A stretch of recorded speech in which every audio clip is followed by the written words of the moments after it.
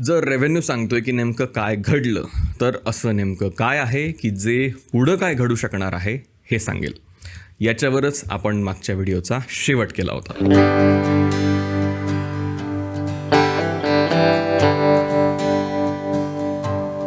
Imagine करा, तुम्हाला तुमच्या सगळ्यात मोठ्या स्पर्धकाचा उद्या फोन येणार आहे एका ऑफरसाठी. ही ऑफर अशी आहे की ते त्यांच्या बिझनेसमधला एकच नंबर तुम्हाला एकदम स्पष्टपणे ट्रान्सपरंटली सांगायला तयार आहेत. फक्त एकच नंबर. इथं तो नंबर तुम्ही कोणता निवडाल नीट विचार करा. हा नंबर तुम्हालाच आवडतोय म्हणून निवडायचा नाही आहे, तर हा नंबर समजा तुम्हाला तुमच्या बिझनेसवर बेट लावायची आहे, तर त्या ठिकाणी कोणता तुमचा नंबर असू शकेल असा नंबर पाहिजे. तुमच्यासमोर काही ऑप्शन्स आहेत: revenue, profit, cash flow, repeat customers, त्याच्यानंतर रेफरल्स आणि कस्टमर कंप्लेंट्स.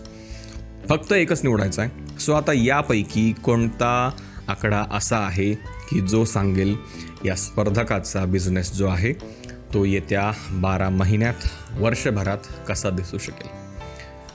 वेळ घ्या. तुमचा जे काही उत्तर तुम्ही आत्ता निवडताय त्याच्यावरून आपल्याला या स्टडीच्या शेवटला लक्षात येईल की तुम्ही इतिहासाचं पुस्तक निवडलं की खरंच भविष्याचा अंदाज.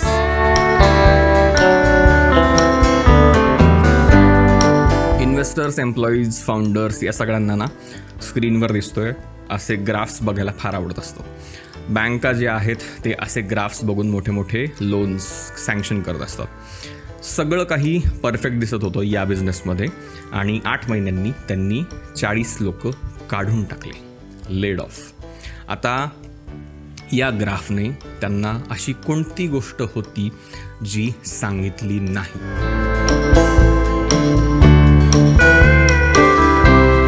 Evidence number 1, revenue. रेव्हेन्यूचा जो तुम्हाला ग्राफ दिसतोय स्क्रीनवर, आता हा जर बघितला तर एवढं काही मेजर नाही आहे. एकदम हेल्दी ग्रोथ दिसतीये, स्टडी आहे, त्याच्यानंतर प्रेडिक्टेबल गोष्टी आहेत. आता हा ग्राफ जर तुमच्या बिझनेसचा असला असता तर तुम्हाला कॉन्फिडंट वाटलं असतं का? हो की नाही? जे काही उत्तर असेल ते तुमच्या मनात धरून ठेवा. आता बहुतेक जण हो उत्तर निवडतील, कारण डेफिनेटली साहजिक आहे की रेव्हेन्यू मॅटर करतो. आता ही काही ट्रिक नाही आहे बरं का. असं लगेच तुमचं उत्तर बदलू नका की आता आपण आणखी एका डीप स्टडीमध्ये चाललो आहे तर उत्तर बदलूयात. त्यापेक्षा तुमचा जो कॉन्फिडन्स आहे, ज्या कॉन्फिडन्सने तुम्ही ते उत्तर निवडलं आहे तो धरून ठेवा, तसंच होल्ड करून ठेवा. कारण तुमचा कॉन्फिडन्स हा सुद्धा तुमच्यासाठी एक एव्हिडन्स आहे आणि आपण तो सुद्धा टेस्ट करणार आहोत.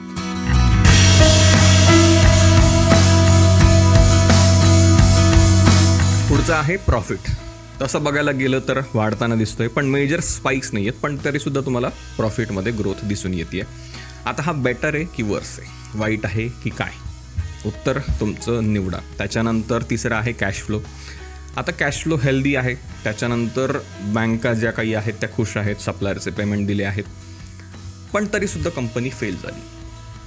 आता इथं एक महत्त्वाचा प्रश्न समोर येतो की 3 आकडे हेल्दी दिसत असून सुद्धा तो बिझनेस अनहेल्दी असा का बरं समोर आला?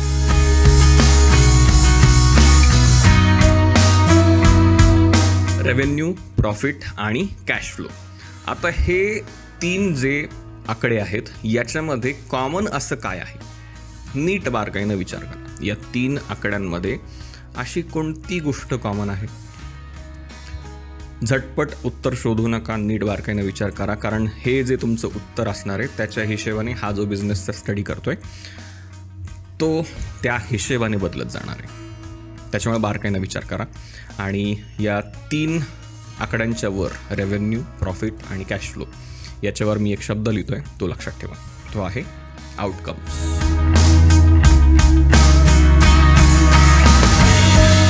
पुढचा इव्हिडन्स आहे कस्टमर ईमेल. पहिला ईमेल म्हणतोय की आम्ही तुमच्याकडनं अजूनही खरेदी करतोय, पण आता आधीसारखं नाही राहिलेलं. दुसरा आहे की तो म्हणतोय तुमचे स्पर्धक बेटर नाही आहेत, पण त्यांनी आमच्यासाठी गोष्टी सोप्या करून ठेवल्यात. तिसरा म्हणतोय की आम्ही सध्या तरी तुमच्याकडनं घेतोय. आता या गोष्टी कोणत्या डॅशबोर्डमध्ये तुम्हाला स्पष्टपणे दिसून आल्यात? रेव्हेन्यू, प्रॉफिट की कॅश फ्लो? कुठंच नाही आहे. मग इंटरेस्टिंग.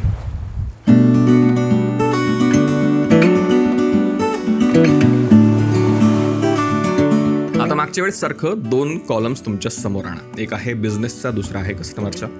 त्याच्यानंतर बिझनेसच्या कॉलममध्ये रेव्हेन्यू, प्रॉफिट, कॅश, ऑर्डर्स या गोष्टी तुम्हाला दिसत आहेत. कस्टमर्सच्या कॉलममध्ये तुम्हाला दिसत आहेत कॉन्फिडन्स, कन्व्हिनियन्स, हॅबिट आणि ट्रस्ट.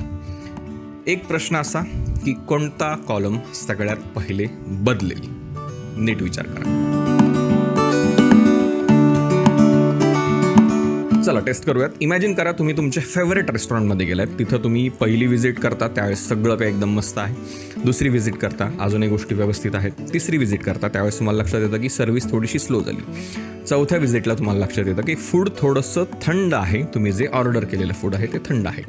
पाचव्या व्हिजिटला तुम्ही गोष्टी ॲडजस्ट करता. आता प्रश्न असा की कोणत्या व्हिजिटला त्या रेस्टॉरंटचा रेव्हेन्यू खाली यायला सुरुवात झाली? कदाचित कोणताही नाही अजून तरी, पण आता काहीतरी बदललं आहे. ते म्हणजे तुम्ही त्या रेस्टॉरंटमधली पुढची तुमची खरेदी व्हायच्याही आधी तुमचा डिसिजन बदलला.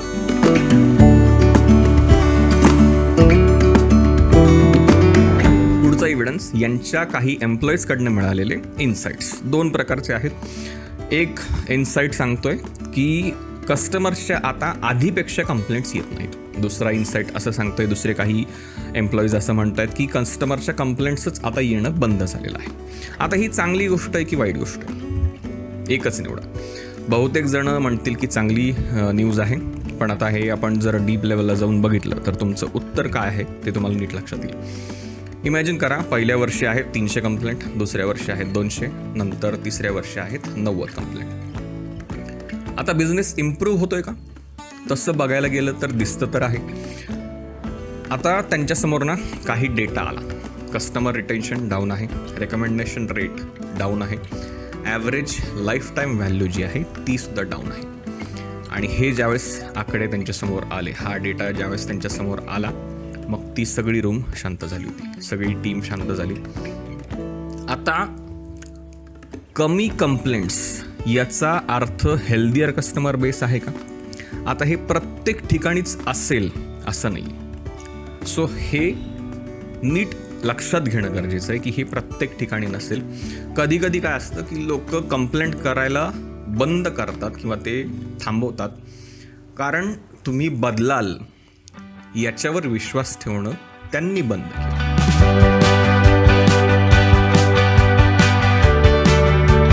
आता मगाशी जो आपण रेव्हेन्यूचा ग्राफ पाहिला, जो अजूनही वाढताना दिसतोय, तो ग्राफ आणि रिटेन्शनचा ग्राफ, दोन्ही ग्राफ जर समोर ठेवले तर तुम्ही नेमक्या कोणत्या ग्राफवर विश्वास ठेवाल? नीट शांतपणे विचार करा. दोन्ही ग्राफ नीट बघा. कदाचित आपण चुकीचा प्रश्न विचारतोय का? कोणता नंबर ग्रोथ प्रेडिक्ट करू शकेल? याच्यापेक्षा एक जरा बेटर प्रश्न बघूयात आपण. कोणता नंबर पास्ट डिस्क्राईब करू शकेल आणि कोणता नंबर फ्युचर प्रेडिक्ट करू शकेल? दोन्ही प्रश्नांमधला फरक नीट लक्षात घ्या. सो आता आपण आत्तापर्यंत बाकीच्या ज्या गोष्टी होत्या त्या सगळ्या बाजूला करूयात आणि 2च गोष्टी आपण समोर ठेवूयात. पहिली गोष्ट आहे रेव्हेन्यू, दुसरी गोष्ट आहे कस्टमर बिहेवियर. ठीक आहे. आता या दोन्ही गोष्टींसोबत आणखी एक गोष्ट महत्त्वाची आहे, ती तुम्हाला हळूहळू लक्षात येतच जाईल. ती कोणती? ती म्हणजे वेळ, टाईम.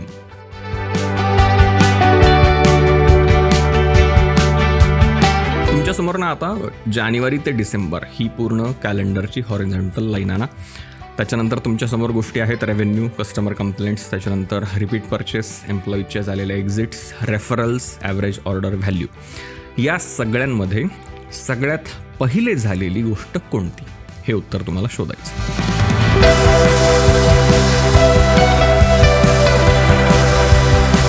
प्रत्येक मेट्रिक एका वेगळ्या मोमेंटमध्ये अस्तित्वात असतं.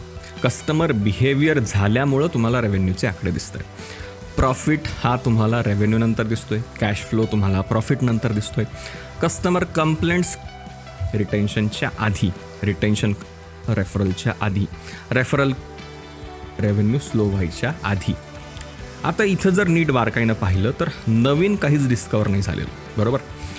जे काही आहे ते त्या वेळेत त्याच्या योग्य जागेत तुम्हाला आलेलं दिसून येईल. आता तुमचा बिझनेस म्हणजे एक कार आहे जी तुम्ही आत्ता ड्राईव्ह करताय असं इमॅजिन करा. तुम्ही ड्रायव्हर सीटवर आहात, तुमच्या शेजारी एक खिडकी आहे, अजून 3 खिडकी आहेत, विंडशील्ड आहे आणि एक रिअर व्ह्यू मिररसुद्धा आहे. इथं तुम्हाला काही प्रश्न विचारायचे. अशी कोणती गोष्ट आहे जी सांगू शकेल की तुम्ही नेमके कुठं होतात? अशी कोणती गोष्ट आहे जी सांगू शकेल तुम्ही आत्ता कुठं आहात? अशी कोणती गोष्ट आहे जी ॲक्सिडेंट टाळायला मदत करू शकेल? आकड्यांची कमी आहे म्हणून बिझनेस फेल होत नसतात, तर रिअर व्ह्यू मिररमध्ये पाहून गाडी चालवत असताना खरं तर ॲक्सिडेंट होतात. लक्षात येतंय नेमकं काय म्हणायचंय?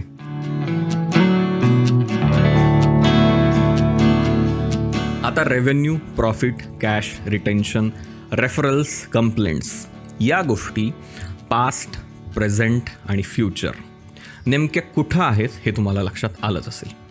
नसेल लक्षात आलं तर पुन्हा एकदा रिवाइंड करा आणि गोष्टी समजून घ्या. आता तुमच्यासाठी एक एक्सरसाइज, छोटीशी एक्सरसाइज आहे. इमॅजिन करा तुमच्या बिझनेसचे जे कोणत्या डॅशबोर्ड रिपोर्ट्स आहेत ते सगळे कोणीतरी डिलीट करतं.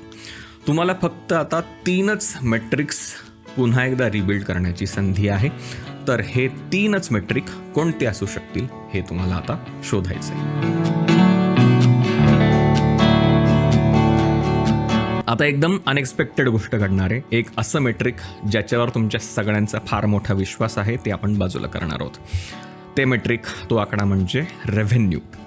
रेव्हेन्यू हा आकडा किंवा हे मेट्रिक तसं वाईट नाही आहे डेफिनेटली, पण इथं ना तुम्हाला इतिहास कळतो. काल काय घडलं, हे नेमक्या कोणत्या डिसिजन्समुळे घडलं हे तुम्हाला स्पष्टपणे हा आकडा सांगू शकेल. पण उद्या काय घडू शकेल हे प्रेडिक्ट करायला लावणं, ते सुद्धा या आकड्याला ज्याला हिस्ट्री माहिती आहे, इथं खरी चूक होते.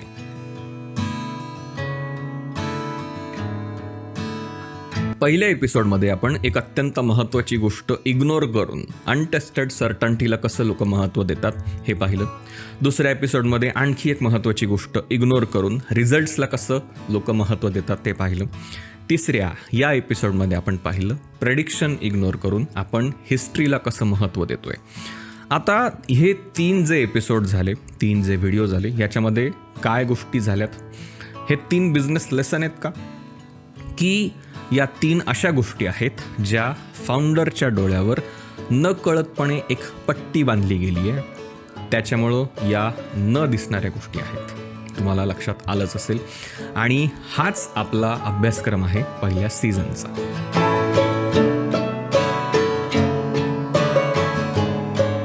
Study number 1, study number 2, study number 3. बिझनेसमधली प्रत्येक महागडी चूक ती महागडी ठरण्याच्याही आधी, खूप आधी सुरू झालेली असते.